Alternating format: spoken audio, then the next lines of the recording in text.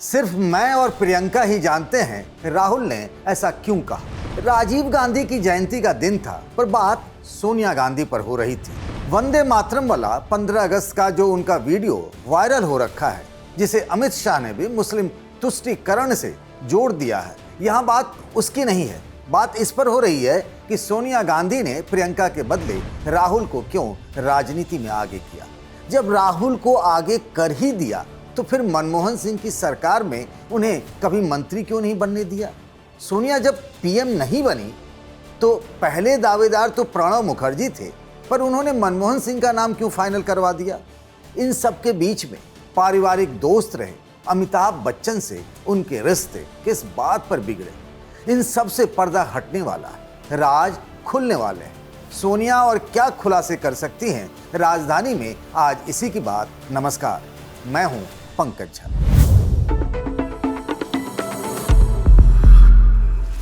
राजीव गांधी की जयंती होती है 20 अगस्त को। दिल्ली में राजीव गांधी का समाधि स्थल है, वीर भूमि कहलाता है। पूरा गांधी परिवार सुबह सवेरे कांग्रेस के बड़े नेताओं के साथ यहां पहुंचा।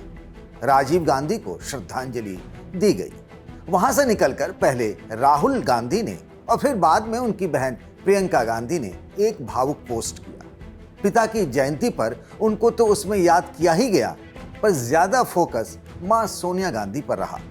राहुल ने लिखा, मां, आखिरी दफा मैंने आपको और पापा को 35 बरस पहले साथ में देखा था। पापा के जाने के बाद से आपने जिन मुश्किलों का सामना किया है वो सिर्फ मैं और प्रियंका ही जानते हैं। प्रियंका ने अपने पोस्ट में राजीव गांधी और सोनिया गांधी की लव स्टोरी का जिक्र किया। राहुल और प्रियंका का पोस्ट सोनिया की आत्मकथा ऑटोबायोग्राफी को लेकर है, जिसका नाम है belonging a journey of love. अब जब बात राहुल और प्रियंका की हो रही है तो उन सवालों का भी जिक्र कर लेते हैं जो दिन भर छाए रहे, वो भी सोनिया गांधी की आने वाली किताब को ही लेकर। सवाल ये कि जब उत्तराधिकार की बात आई सोनिया गांधी के सामने, मतलब राजीव गांधी और सोनिया गांधी के बाद कौन, उनके सामने दो विकल्प थे, राहुल और प्रियंका।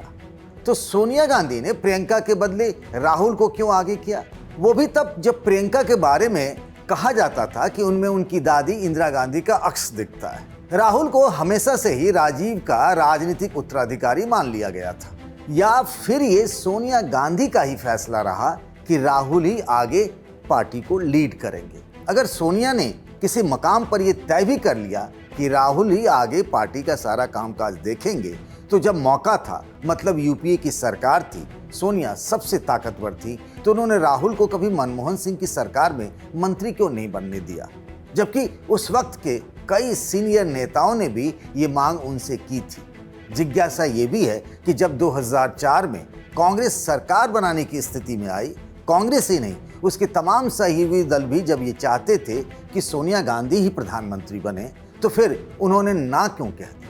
ना कहा भी तो प्रधानमंत्री पार्टी की तरफ से कौन होगा, ये तो चुनने का अधिकार उन्हीं के पास था। सबसे सीनियर प्रणब मुखर्जी थी, अनुभवी थे।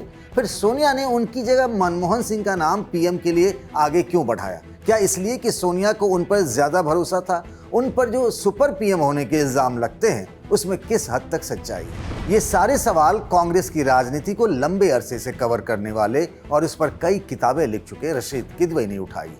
मनमोहन सिंह को जो प्रधानमंत्री सोनिया गांधी ने बनाया, प्रणब मुखर्जी को नहीं बनाया, उसका एक सिरा क्या राजीव गांधी से भी जुड़ता है? जब इंदिरा गांधी की हत्या हुई दिल्ली में उनके घर पर ही, तो राजीव गांधी उस वक्त पश्चिम बंगाल में थे। दिल्ली लौटे तो प्रणब मुखर्जी से राजीव ने पूछा कि अब जब इंदिरा जी नहीं हैं, ऐसी स्थिति में हम सबको क्या करना चाहिए? तो प्रणब मुखर्जी ने जवाब दिया कि पहले से ही परंपरा रही है हमारे बीच कि जो सबसे सीनियर मंत्री होता है उसे कार्यवाहक पीएम की शपथ दिलाई जाती है, प्रधानमंत्री का चुनाव बाद में होता है। लेकिन इस मामले में ऐसा हुआ नहीं। कांग्रेस के बाकी सीनियर नेताओं ने मिलकर राजीव गांधी को ही प्रधानमंत्री चुन लिया और प्रणब मुखर्जी की यह सलाह उस वक्त भी उनके खिलाफ गई, और फिर दूसरा मौका जब सोनिया के सामने आया तब भी यही बात उनके खिलाफ चली गई। सोनिया गांधी का असर देश के कम से कम 3 प्रधानमंत्रियों पर तो सीधे तौर पर रहा, राजीव गांधी, पीवी नरसिम्हा राव और फिर मनमोहन सिंह। 2004 से 2014 तक कांग्रेस के नेतृत्व वाली यूपीए की 10 बरस तक सरकार रही। इस दौरान सोनिया के बारे में कहा जाता था कि वह सुपर पीएम है। मनमोहन सिंह सरकार चलाते थे, पर गठबंधन पार्टी और बाकी सब कुछ तो सोनिया के हाथों में ही रहा। इतना सब कुछ होने के बावजूद धीरे धीरे नरेंद्र मोदी उभरते चले गए। जब वो 2014 में प्रधानमंत्री बने, तब से केंद्र में उन्हीं की सत्ता है। सवाल यह है कि जब मोदी गांधीनगर से दिल्ली की ओर कदम बढ़ा रहे थे, तो क्या सोनिया गांधी ने उनको हल्के में लिया? कांग्रेस संगठन कमजोर होता चला गया। कांग्रेस की सेकुलर छवि कब मुस्लिम तुष्टीकरण में तब्दील हो गई? कांग्रेस के सीनियर नेता A.K. एंटनी की रिपोर्ट भी इसी बारे में इशारा करती है, जो कांग्रेस की हार पर एक समीक्षा रिपोर्ट थी। क्या सोनिया गांधी अपनी आत्मकथा में इन सवालों से भी पर्दा हटाने वाली है? इन सवालों का जवाब उम्मीद की जा रही है कि 10 नवंबर को मिले। कांग्रेस ही नहीं, बीजेपी की भी नजर सोनिया गांधी की इस 544 पन्नों वाली ऑटोबायोग्राफी पर है, जो अल्फ्रेड ए नॉफ पब्लिशिंग हाउस से छप रही है। अहम बात यह है कि अपने करियर के आखिरी मोड़ पर सोनिया गांधी जो किताब लिख रही हैं, उसमें सच्चाई कितनी है और अपनी छवि बेहतर करने की कोशिश कितनी। आपको क्या लगता है, बताइएगा कमेंट बॉक्स में। राजधानी में आज के लिए बस इतना ही। इस वीडियो को बनाया हमारे साथी शुभम ने। बाकी खबरों के लिए बने रहिए द लल्लन टॉप के साथ।